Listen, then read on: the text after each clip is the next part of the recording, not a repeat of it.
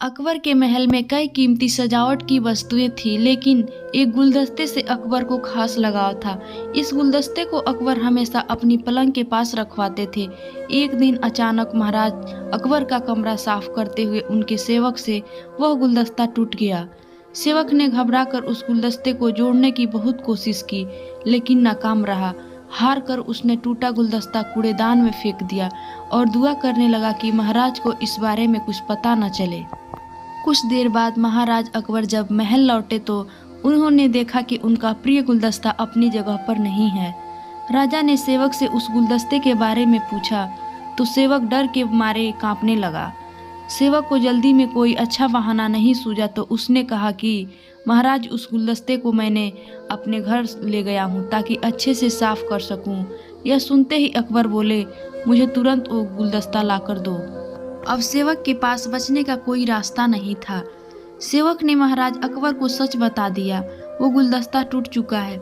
यह सुनकर राजा आग बबूला हो गए। क्रोध में राजा ने उस सेवक को फांसी की सजा सुना दी।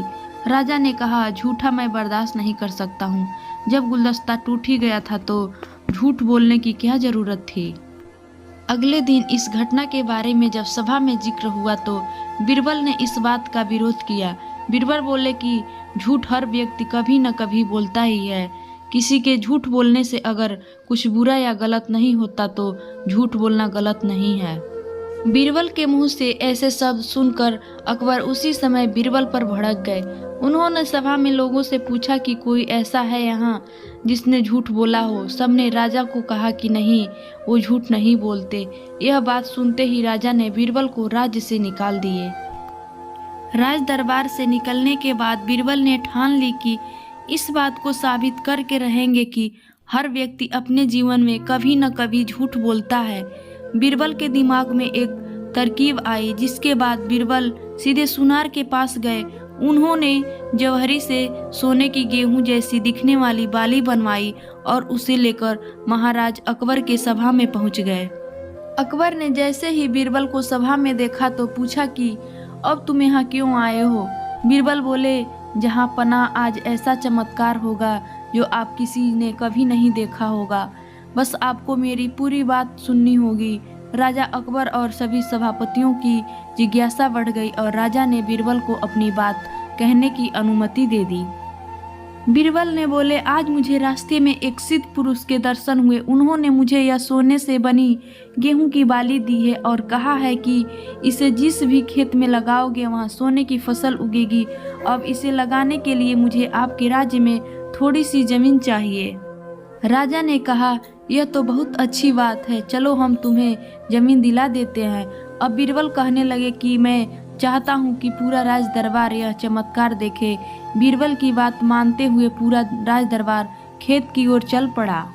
खेत में पहुंचकर बीरबल ने कहा कि इस सोने से बनी गेहूं की बाली से फसल तभी उगेगी जब इसे ऐसा व्यक्ति लगाए जिसने जीवन में कभी झूठ न बोला हो।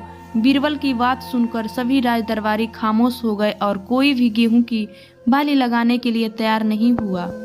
राजा अकबर बोले कि क्या दरबार में कोई ऐसा व्यक्ति नहीं है जिसने अपने जीवन में कभी झूठ ना बोला हो। सभी खामोश थे। बीरबल बोले, जहाँ पनाह, अब आप ही इस बाली को खेत में रोप दीजिए। बीरबल की बात सुनकर महाराज का सिर झुक गया। उन्होंने कहा, बचपन में मैंने भी कई झूठ बोले हैं तो मैं इसे कैसे लगा सकता हूँ। इतना कहते ही बादशाह अकबर को यह बात समझ आ गया कि बीरबल सही कह रहे थे कि इस दुनिया में कभी न कभी सभी झूठ बोलते हैं। इस बात का एहसास होते ही अकबर उस सेवक की फांसी की सजा को रोक देते हैं। कहानी से सीख, बिना सोचे समझे किसी को बड़ा दंड नहीं देना चाहिए। हर काम को सोच विचार कर ही किया जाना चाहिए। साथ ही एक छोटे झूठ की वजह से किसी व्यक्ति का आलंकन भी नहीं किया जाना चाहिए, क्योंकि कुछ परिस्थितियां ऐसी होती हैं कि लोग झूठ बोल देते हैं। तो हमारी कहानी अगर अच्छी लगी हो तो लाइक, शेयर और सब्सक्राइब करना बिल्कुल ना भूलें।